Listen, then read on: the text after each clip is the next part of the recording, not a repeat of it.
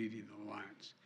The cost of this fight is not cheap, but caving to aggression is going to be more costly if we allow it to happen. We either back Ukrainian people as they defend their country, or we stand by as the Russians continue their atrocities and aggression in Ukraine. Every day the Ukrainians pay for the price, and the price they pay is with their lives for this fight. So we need to contribute arms, funding, ammunition, and the economic support to make their courage and sacrifice have purpose so they can continue this fight and do what they're doing. It's critical this funding gets approved and approved as quickly as possible. You know, long before Russia launched its brutal invasion, I made clear how the United States would respond. Predicted they would invade, and they surely did. We said we'd not send U.S. troops to fight Russian troops in Ukraine, but we would provide robust military assistance and try to unify the Western world against Russia's aggression. I said I would impose powerful sanctions on Russia, and that we destroy this myth that somehow they can continue to move without the rest of the world acting. That we deploy additional forces to defend NATO territories, particularly in the east along the Russian and Belarus borders. That's exactly what we said we would do, and we did. But despite the disturbing rhetoric coming out of the Kremlin, the facts are plain for everybody to see. We're not attacking Russia. We're helping Ukraine defend itself against Russian aggression. And just as Putin chose to launch this brutal invasion, he could make the choice to end this brutal invasion. Russia is the aggressor. No ifs, ands, or buts about it. Russia is the aggressor, and the world must and will hold Russia accountable. Russia's continued assault is yielding immense human cost. We've seen them leave behind horrifying evidence of their atrocities and war crimes in the areas they try to control. And as long as the assaults and atrocities continue, we're going to continue to supply military assistance. And I might note parenthetically, you know, there's a dinner this weekend, Celebrate the Press. Think of what the American press has done, the courage it's taken to stay in these war zones, the courage it's taken to report every single day. I've always had respect for the press, but I can't tell you how much respect I have watching them in these zones where they're under fire, risking their own lives to make sure the world hears the truth. Imagine if we weren't getting that information. It'd be a different world. It'd be a different circumstance. In the past 2 months, Russia launched its brutal attack and has moved weapons and equipment to Ukraine. We've moved weapons and equipment to Ukraine in record speed. Thanks to the aid we provided, Russian forces have been forced to retreat from Kyiv. Doesn't mean they're not going to try to come back, but they've retreated thus far. We've sent thousands of anti-armor, anti-missiles, helicopters, drones, grenade launchers, machine guns, rifles, radar systems, more than 50 million rounds of ammunition. The United States alone has provided 10 anti-armor systems for every Russian tank that is in Ukraine, 10 to 1. We're providing Ukraine significant, timely intelligence to help them defend themselves against the Russian onslaught. And we're facilitating a significant flow of weapons and systems to Ukraine from our allies and partners around the world, including tanks, artillery, and other weapons. That support is moving with unprecedented speed. Much of the new equipment we've announced in the past 2 weeks has already gotten to Ukraine, where it can be put to direct use on the battlefield. However, we have almost exhausted what we call, the fancy phrase, the drawdown authority that Congress authorized for Ukraine in a bipartisan spending bill last month. Basically, we're out of money.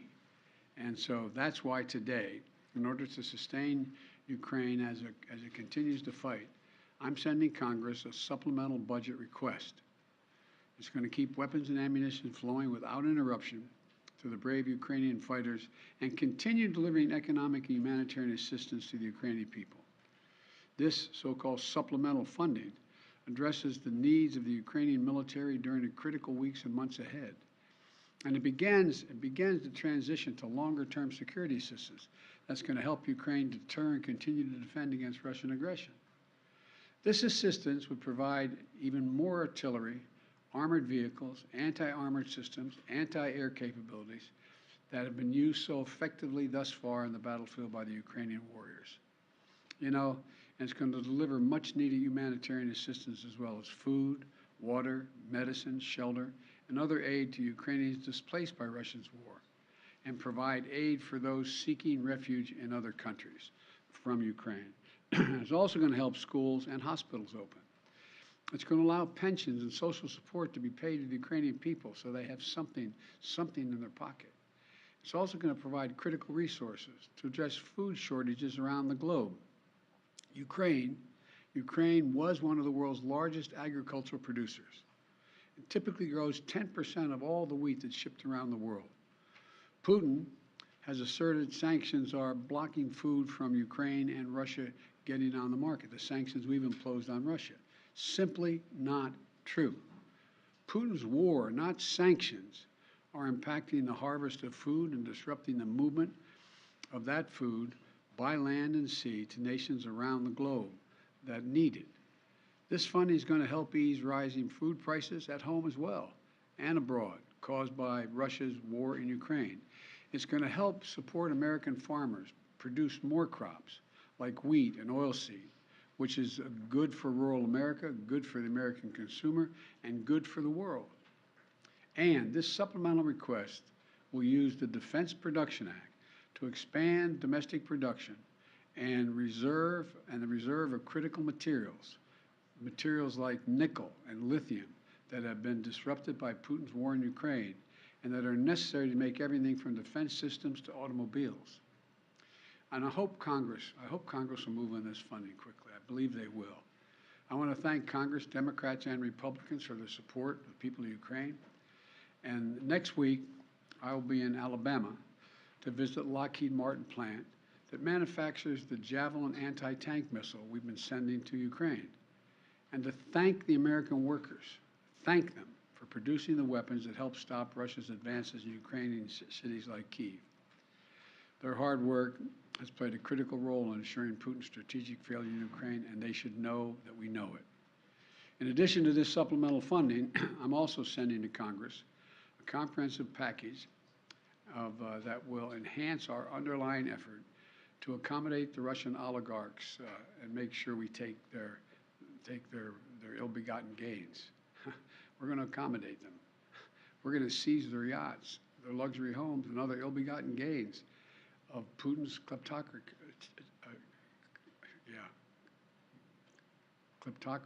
and the guys who are the kleptocracies. But these are bad guys. This legislative package strengthens our law enforcement capabilities to seize property linked to Russia's kleptocracy. It's going to create new expedited procedures for forfeiture and seizure of these properties. And it's going to ensure that when the oligarchs' assets are sold off, funds can be used directly to remedy the harm Russia caused in their help build Ukraine. Additionally, yesterday, Russia threatened two of our allies with a cutoff of energy supplies. While America has ended all Russian fossil fuel imports because we're able to use our vast supply of power in our country, some European countries have faced more challenges in reducing their reliance on Russian fuel. Russia has long claimed to be, quote, the reliable source of energy for the world. No matter what the differences are, their customers are always going to be in good shape. But these actions prove that energy is not just a commodity that Russia sells to help meet other countries' needs, but a weapon we use to deploy against those who stand against their aggression. So let me be clear. We will not let Russia intimidate or blackmail their way out of these sanctions. We will not allow them to use their oil and gas to avoid consequences for their aggression. We're working with other nations like Korea, Japan, Qatar, and others to support our effort to help European allies threatened by Russia with gas, blackmail, and their energy needs in other ways. Aggression will not win. Threats will not win.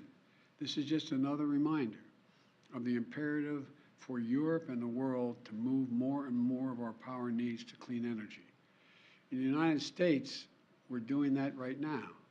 Last year, we developed more solar, wind, and battery storage than any year in our history, enough to power 56 million American homes. Earlier this month, we acted to bolster the reliance on our nuclear energy facilities, which generates more than half of our carbon-free power. And we're just getting started. I look at this as a serious problem, but also an enormous opportunity, Bottom line, all these actions we've been taking are about this truth. Investing in Ukraine's freedom and security is a small price to pay to punish Russian aggression to lessen the risk for future conflicts. You know, throughout our history, we've learned that when dictators do not pay the price for their aggression, they cause more chaos and engage in more aggression. They keep moving. And the threats to America and the world keep rising. We can't let this happen. Our unity at home, our unity with our allies and partners, and our unity with the Ukrainian people is sending an unmistakable message to Putin. You will never succeed in dominating Ukraine. Finally, we're going to continue to deliver critical support to Ukraine. We must also not let our guard down in our fight against COVID-19 at home and abroad. That's why I'm again urging Congress to act on my request for $22.5 billion in emergency resources so the American people can continue to protect themselves from COVID-19. The reason we were so successful in the past is because I was able to work with drug manufacturers to order significant quantities of material we needed ahead of time to get in the front of the line. Without additional funding, we can't pre-order the amount of vaccines we need, and we risk losing our spot in line for vaccines that target multiple variants. We're running out of supply for therapeutics, like antiviral pills that we desperately need. Without additional funding, we're unable to purchase the life-saving treatment for the American people. We've donated more vaccines and treatments to the world than all other nations in the world combined. If the U.S. won't do it, no one else is really going to step up and do it. Without additional funding, the United States won't be able to help stop the spread around the world and close off ongoing sources of the supply chain disruptions. Look, let's get both of these critical tasks done. No delays, no excuses, just action, now. Thank you all. Thank you. Mr. President, what's your message to refugees on the... Go ahead. No, you go. Okay. Mr. Watch your head, man. You're going to get hurt. Just turn that camera on. He's a gentleman. Mr. President, I wanted to ask what your message is to Ukrainian refugees on the southwest border and those that are trying to flee Ukraine from the violence. We have made a direct means by which they can get from Europe, from Ukraine, directly to the United States without going to the southern border. In the meantime, in the southern border, we're trying to work through and make sure that it's an orderly process they're able to get in. But just so you know, we have said there's no need to go to the southern border. Fly directly to the United States. We set up a mechanism whereby they can come directly with a visa. Mr. President, thank you. How worried are you by a growing number of Russian comments in the media and among some of their officials painting this conflict as actually already a conflict between NATO, the US, and Russia? And they're painting it in very alarmist terms, talking of nuclear weapons, saying it's a life or death struggle, etc. And just separately, well, connected to that, Lavrov himself says it's already a proxy war, not a direct war, but a proxy war. So are either of those two things true, and do they worry you, those statements? They're not true. They do concern me because it shows the desperation that Russia is feeling about their abject failure in being able to do what they set out to do in the first instance. And so I think it's more of a reflection, not of the truth, but of their failure. And so instead of saying that the Ukrainians equipped with some capability to resist Russian forces are doing this, they've got to tell their people the United States and all of NATO is engaged in taking out Russian troops and tanks, etc. So it's number one, it's an excuse for their failure. But number two, it's also, if they really mean it, no one should be making idle comments about the use of nuclear weapons or the possibility of the need to use that. It's irresponsible.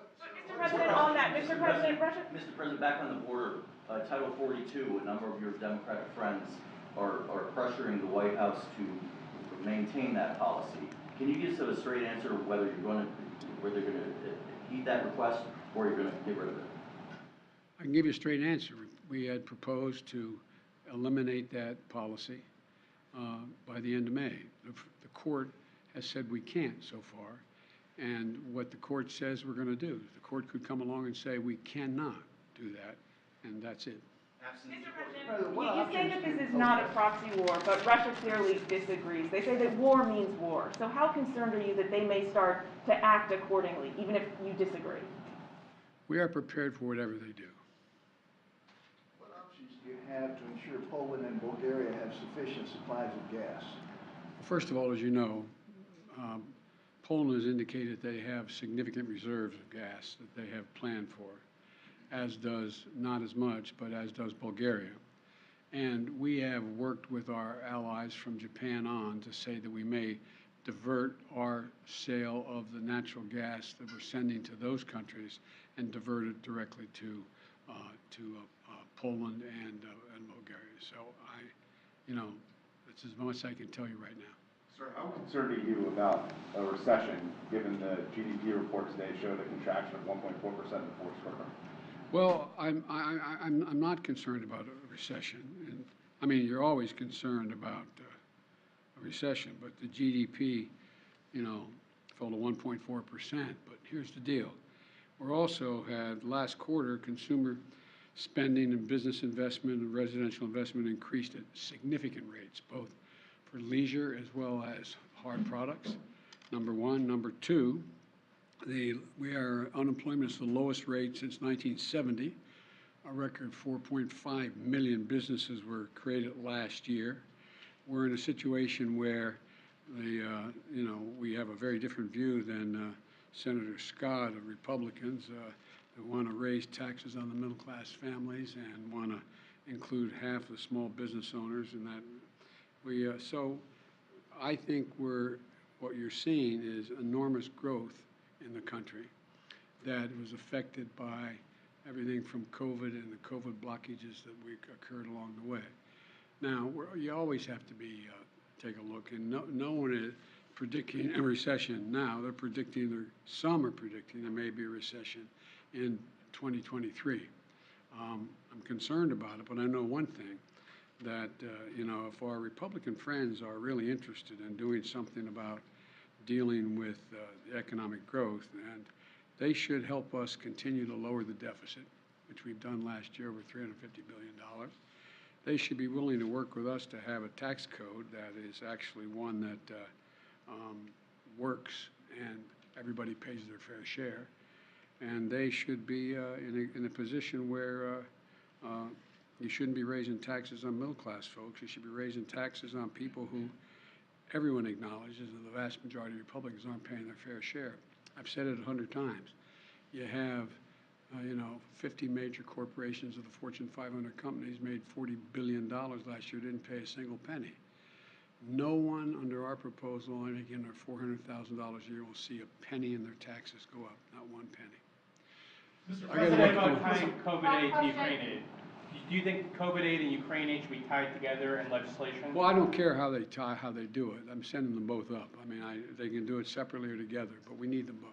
Mr. President, Majority Leader Schumer said yesterday that you're, quote, getting closer to using executive authority to cancel up to $50,000 in student loan debt. Can you confirm that? What exactly are you looking to plan to do here in the coming You mean my months? spokesman said that?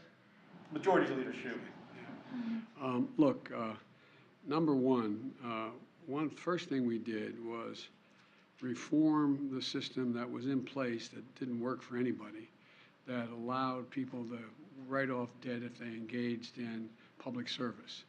We have almost 1,785,000, don't hold me the exact number, I'll get the number, 700 and some thousand have had debt forgiven, their whole debt forgiven because of their working in either as teachers or other means by which they qualify.